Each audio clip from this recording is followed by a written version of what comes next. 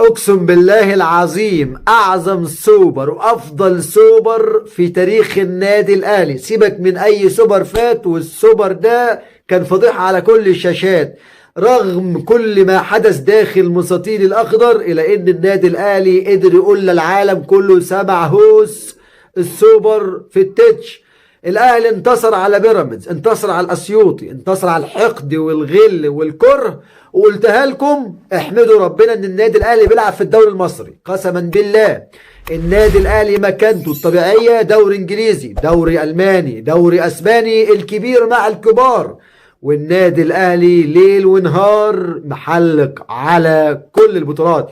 خلق ونشئ النادي الاهلي من اجل اصطياد البطولات، وجعلت البطولات لتذهب إلى صاحب البطولات. غاب الزمالك ولكن أتى الزمالك بالوجه الآخر، كلاهما وجهان لعملة واحدة. شفت الحقد، شفت الغل، شفت الكره. ضرب في محمد عبد المنعم، ضرب محمود متولي، ضرب في لعيبة النادي الأهلي، خناقة بعد المباراة. المخرج مشكورا قال لك عشان خاطر سمعة مصر واللي حصل مع الزمالك قبل كده مش عايزين نعيده تاني، وفاكرين السوبر بتاع شيكابالا. النهارده النادي الاهلي اخرس كل الالسنه. النادي الاهلي بطل الكاس، بطل السوبر، وباذن الله وصدقوني اللي جاي افضل. هناخد دوري ابطال افريقيا بسبب هذه المباراه. ارفع يا كهربا، معاكم بتابع التتويج ومعاكم بشوف كهربا وهو بيرفع في وش النادي في جمهور الاهلي السوبر. نفسي افهم لاعب بحجم كهربا وقيمه كهربا ومكانه كهربا، انت الزمالك، انت بيراميدز، ايه الرعب اللي خايفين منه ده؟ الولا وقت ما نزل بسم الله الله اكبر عليه.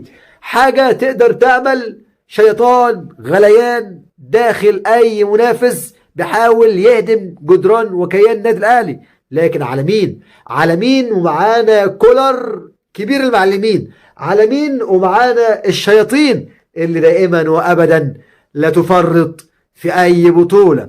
جمهور الاهلي وما اعظمه، جمهور الاهلي اللي بيعاتب مجلس ادارة ناديه بكل أدب وشياكة، مش شتيمة زي ما البعض بيشتم ناديه، مش إهانة زي ما البعض بيهين في ناديه. لا لا لا لا لا لا لا. النادي الأهلي سياسة، مبادئ، أخلاق، قيم. قول زي ما أنت عايز تقول. الأهلي بطل الصور على طول للمرة 14 في تاريخه. غيرنا بياخد 4 مرات بالصدفة، غيرنا بياخد مرة معرفش المحلة والمقاولين والإسماعيلي ولا المصري. لا لا لا لا. انا بتابع معكم الحدث. والله العظيم فرحه عارمه رغم الكحه اللي عنده، رغم البرد، ورغم كل حاجه، الى ان النادي الاهلي قدر عيشنا اجواء فرحه الكاس وفرحه الرياضه المصريه. حاولوا تحافظوا على النادي الاهلي، والله العظيم لن تدوم الرياضه المصريه الا بالنادي الاهلي، ولن تنصلح حال الكره المصريه الا بالنادي الاهلي. مين اللي بيتوج بالبطولات؟ الاهلي. محليا الاهلي، افريقيا الاهلي. علشان كده برشلونه، ريال مدريد، بايرن ميونخ، جلاتا سراي، اس روما الايطالي، ريال سوسيداد، كل هذه الانديه كان لها الشرف ان تلعب مباراه وتحتك بفريق اسمه النادي الاهلي. شفتوا العظمه، شفتوا المتعه، مفيش مجاملات. ويوم ما نشوف تحكيم نظيف مصري، وانا كنت مستبشر خير بالبند، كنت مستبشر خير لانه حكم محترم، حكم محايد. ارفع يا شنو، وارفع ارفع وخلي لعيبه النادي الاهلي ترفع اسم الاهلي في العلالي. دي لعيبتنا اللي كنا في يوم من الايام بنشتمهم، دي لعيبتنا اللي دخلت اقليه بين جمهور النادي الاهلي علشان خاطر تزرع ما بيننا الفتنه وبين لعيبتنا. هي دي اللعيبه اللي قدرت انها تهين بيراميدز، فريق اتنشأ علشان يغيظ النادي الاهلي، عشان يهدم كده الاهلي، علشان يهدم سياسات النادي الاهلي. لكن كل موتوا بغيظكم. لكن النادي الاهلي ما يوصش وراه. اقفل ودانك، حرك شفايفك علشان مش شايفك. بطل الدوري باذن الله وعلى القمه وبفرق 20 30 نقطه عن اقرب المنافسين. الا اننا يا جماعه لازم نقول شكرا يا خطيب، شكرا يا كابتن بيبو.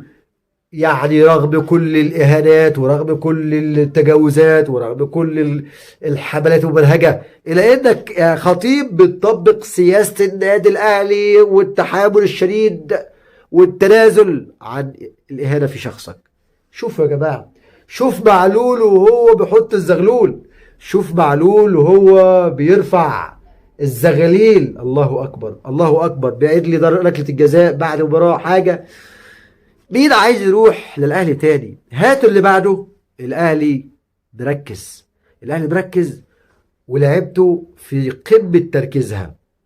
خلينا نقفل على صفحه بيراميدز، لكن هنقفلها باجمل حاجه كانت في المباراه: تألق محمد الشناوي. تألق الشناوي اللي دائما وابدا كانوا بيحاولوا يشوهوا ويضربوا ثقة تألقه في نفسه. لكن النهارده خلي برضه اقول احمد الشناوي حارس مرمى بيراميدز محترم، حارس ابن ناس متربي، مفيش خروج عن النص. غير الولد اللي اسمه محمد الشيبي، والولد اسمه فخر بن يوسف، والولد اللي اسمه في لاعب تاني برضو في بيراميدز معرفش، لاكاي. ايه ده؟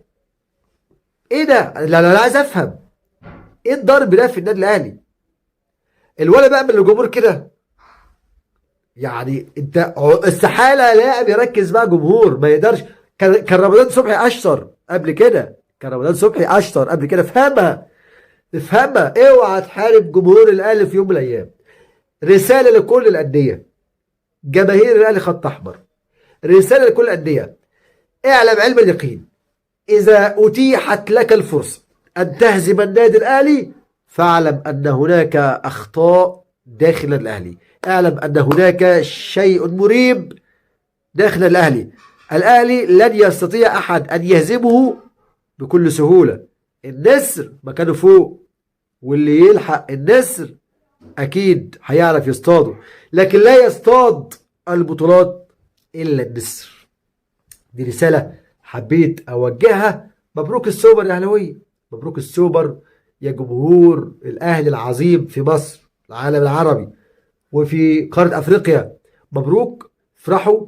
كالعاده الاهلي بيقفل على كل بطوله وبيبدا من لحظه او من تاني يوم يفكر في بطوله جديده وركز علشان خاطر ده اللي الاهلي عودنا عليه، عشان خاطر الاهلي يقدر انه يجتهد ويجد في التدريبات القادمه لكل بطوله الاهلي حاطط عينه عليها. عايز اسال الزملكاويه شعوركم ايه بعد هزيمه بيراميدز؟ شعوركم ايه بعد ما كهربا نزل وقلب الطاوله، وبعد ما علي معلول حط الزغلول؟ شعوركم ايه والاهلي بطل السوبر؟ قولوا اللي تقولوه، تروحوا للفيفا، تروحوا لمن ترى، تروحوا مطرح ما تروحوا. الاهلي هو الاهلي، بطولات حلال بالعرق، سياسات، مبادئ، اخلاق. اتمنى تسيروا على نهج الله. بشكركم جدا، دمتم في رعايه الله، اترككم في رعايه الله، والى ان نلتقي في فيديو اخر. السلام عليكم ورحمه الله وبركاته.